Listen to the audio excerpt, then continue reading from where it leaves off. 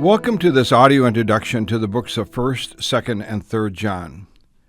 Every book of the Bible is an essential part of God's divinely inspired, inerrant revelation to man. This means that 1st, 2nd, and 3rd John make an indispensable contribution to our understanding of God and what it means to live by faith. Before we take a closer look at the three books known as 1st, 2nd, and 3rd John, I would like to shed some light on John's writings in the Bible. To most Bible scholars, it's beyond reasonable doubt that the Apostle John wrote 1st, 2nd, and 3rd John. If this is true, and I believe it is, the Apostle John wrote 5 of the 27 New Testament books: the Gospel of John, 1st, 2nd, and 3rd John, and the book of Revelation. Now, there are two basic messages in the Bible: the way to God and the walk with God. The Gospel of John falls into the first category, the way to God.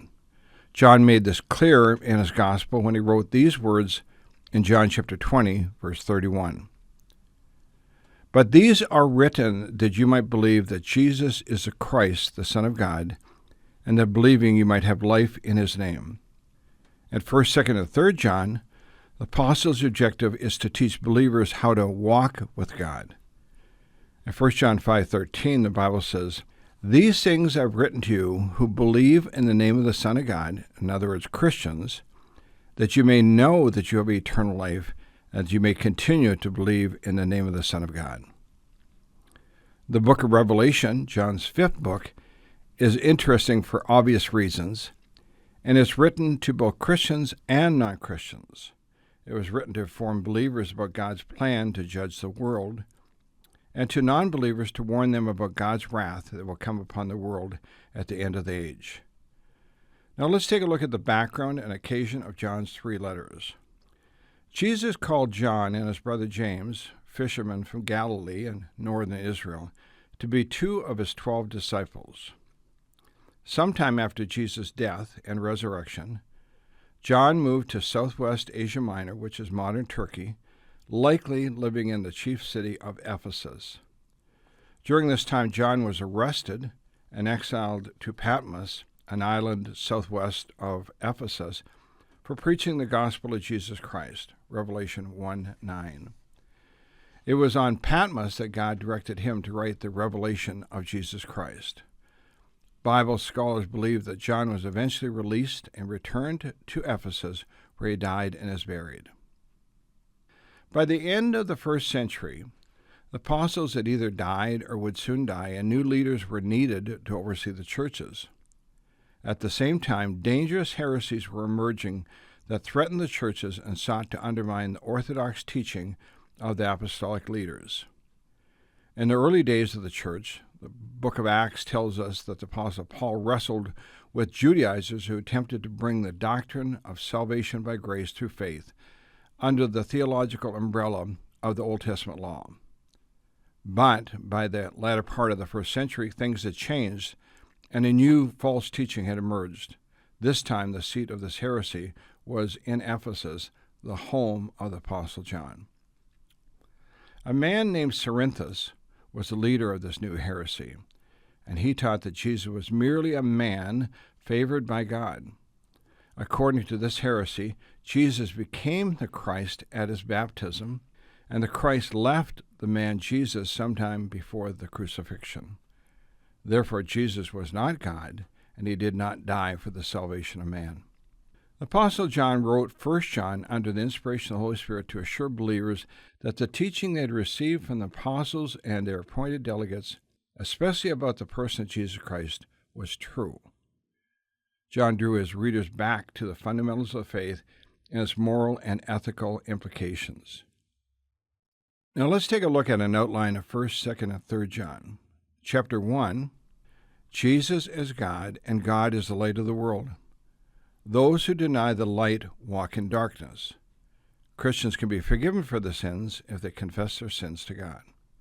Chapter 2, Jesus is the only atoning sacrifice for man's sin, and those who say they know God ought to live like it. The power to live for God comes from abiding in Christ. Chapter 3, Jesus came to rescue man from sin and to rescue Christians from sinning. In chapter 4, when a Christian learns to walk with God through the ministry of the indwelling Holy Spirit, he is perfected in love and gains assurance of his relationship with Christ. In chapter 5, a Christian can live with complete assurance of his salvation when he understands Christ's work of salvation on his behalf. This assurance leads to answered prayers when he prays according to God's will. 2nd and 3rd John, the two shortest letters in the New Testament, offer practical application to the theme of walking with God. So what can be gained from a thorough study of John's 3 letters? First, what an individual believes about the person of Jesus Christ is important. If you get it wrong about Christ, you get it wrong about the whole Christian life. Number 2, forgiveness is important. When a Christian fails to forgive, he forfeits the light and truth from the Lord. It is as if his spiritual progress grinds to a halt and he enters a darkened tunnel. But it is even worse than that. His deception is so real that he thinks he is still walking with God. And number 3, loving God and others is a key to increased spiritual understanding. But love must be balanced by truth. Love and truth are like two arms of a balance scale. And fourthly, assurance of salvation is no light theological matter. It is God's will for every believer to be assured of his relationship with God, and it is the foundation of consistent answers to prayer. There is so much to learn about God and walking with him in these 3 books. I encourage you to commit time every week to do a thorough study of the weekly lessons and to meet with your group or Bible class at church so you can learn from God's Word and others and invest in their lives by sharing the things you've learned. I believe if you do this, both you and others in your small group or Bible class will grow in faith in your commitment to Christ and be more courageous to let God use you to change the world with the gospel of Jesus Christ. Now may you grow in the grace and knowledge of our Lord and Savior Jesus Christ. To him be the glory both now and forever. Amen.